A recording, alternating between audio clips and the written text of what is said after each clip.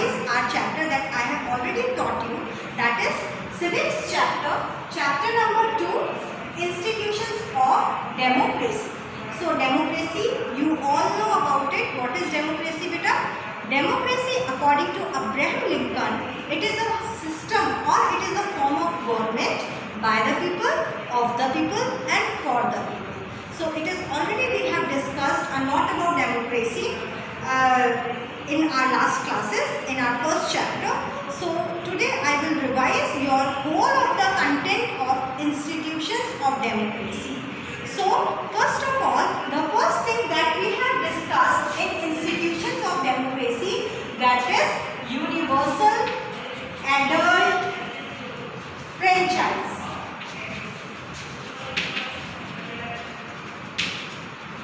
This is the very first thing we have studied in this chapter, that is universal adult franchise. It is also known as universal suffrage. So what do you mean by universal adult franchise? Yes, universal adult franchise, it is actually applied in all the democratic countries, and it states that every citizen or every adult who is at the age of 18 or above the age of 18 has right to vote irrespective of any caste, any religion, any creed, any whether the person is black or white, whether the person is poor or rich, or the person belongs to any caste or any religion, Brahmin or Muslim, anything, or a person is very rich, person is prime minister or a normal citizen. So every adult who is at the age of 18 or above the age of 18 has the right to vote. So this universal adult franchise states this. So this we have already studied in this chapter.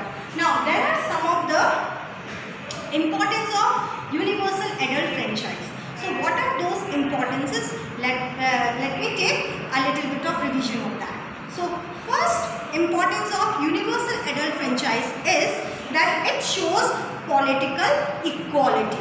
Universal adult franchise is it always shows a political equality. It means that every adult has the equal right to vote, and they have the equal right to choose their representative.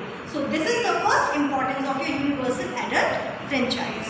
Second importance is that it encourages the young people to participate in choosing the government. Because what is the universal adult franchise is that it encourages the young people to participate in choosing the government. Our third importance is that it initiates people in the act of choosing their representative. It motivates the people in choosing the representative, because this democracy is to be followed by the people, of the people and for the people. So whatever is to be done by the government, it will be for the welfare of the people. So that it motivates the universal adult franchise, it motivates the people to choose the government. And our last importance of universal suffrage is that it brings to power a government based on the consent of people. Means the people will give consent, means they choose the representative by their majority. So whose majority will be there, that government will come into power. So our first topic, universal adult franchise and its importance, has been finished here. Now the second topic, as we have discussed about, is elections. This topic we have studied earlier, elections. What do you mean by election? Every regular period of regular intervals, at every regular intervals of 5 years, elections of central government and state government are held, where so many representatives are there, and the people, means with the help of their universal adult franchise, they used to choose their representative, and the one who gets a lot of that majority, they come into power, and the other party will be your opposition party, and one which comes with the majority, that will be your ruling party. So basically this we have studied in our election portion, and how the election elections are conducted? So elections are basically conducted by whom? You all know about that. Yes, Election Commission of India. Elections are conducted by Election Commission of India. So, who is the head of the Election Commission of India? We all know that Chief Election Commissioner, who is elected by the President, is the head of Election Commission of India, who used to operate all the election process, and everything will be conducted with his or her permission. So now next topic under election will come casting vote. Earlier this casting of vote by individuals is to be done with the help of ballot box and ballot paper. That already we have discussed about. That ballot box, the citizens or the adults, they used to write or they used to put the stamp of their chosen representative on the ballot paper, and then it is to be kept in the ballot box. Earlier this process is to be followed, but now this election process is to be done, or the casting of vote is to be done with the help of EVM, that is electronic voting machine. So it is a kind of machine where the representative of the different political parties along with their political symbols, the buttons are present over there, and whosoever we can choose. So the one which we will choose, we will press the button and the vote will be casted in the favor of the same representative of that political party with that particular symbol. So this is elections are to be conducted by Election Commissioner of India, and the head is Chief Election Commission of India, and the head is Chief Election Commissioner appointed by President. And the second thing we have studied about the electronic voting machine by which the casting of votes is to be done. So this is all about our election. Now the next thing, what is the importance of election? Means why the elections are to be conducted. So in a democracy, elections are very important, and why these elections are important, that we will go through. So what is the importance of this election we will talk about. First one is that first of all, these elections are to be conducted freely and fairly, so that the right representative can be chosen. The second importance is that these are the means of expression of the public wish.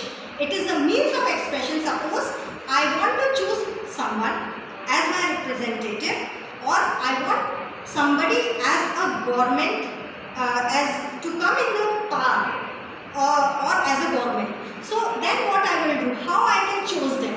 At the time of election only, in the election process, by participating fairly in the election process, then only I can choose that particular representative. So it is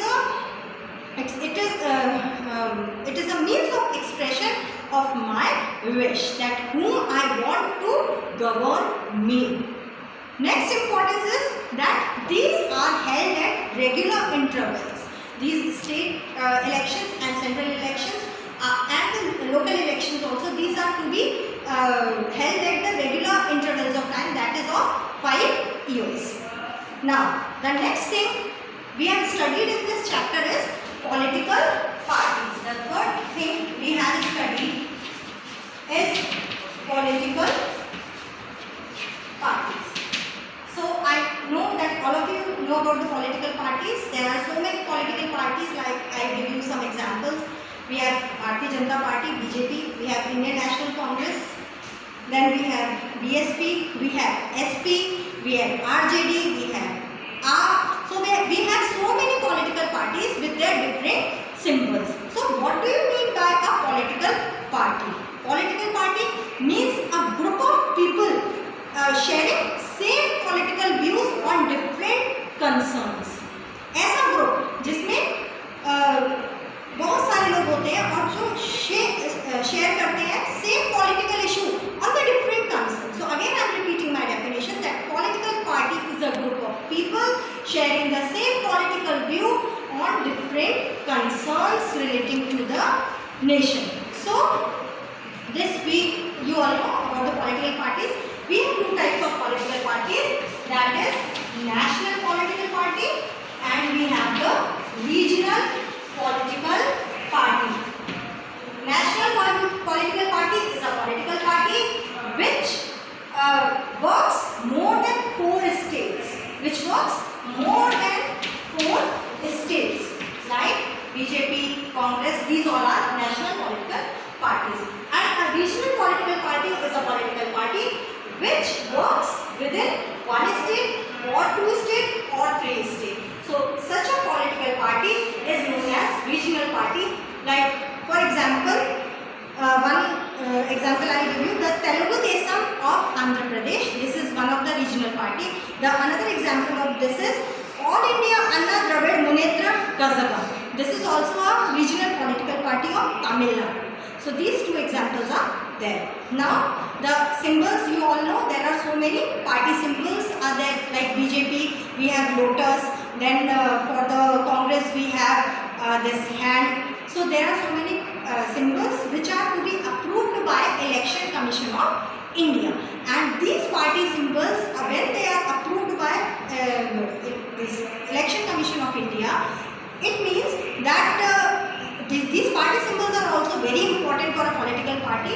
Why? The most important thing of a symbol is that when it happens that the name of the political party is same, but it can be identified by their different party symbols. So that is why our party symbols are very, very important. And the last topic we have studied about, that is fourth topic we have studied about coalition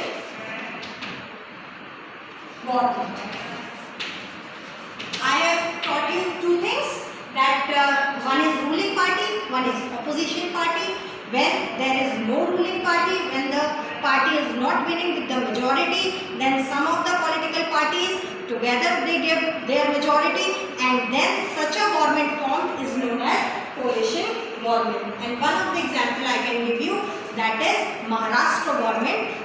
It is a coalition government which is a combination of two parties, that is Shiv Sena and Congress. So this is an example of coalition government. Now, here we have finished our revision of all of the chapter. In next session, I'll just start my new chapter, and this is all for now. Thank you.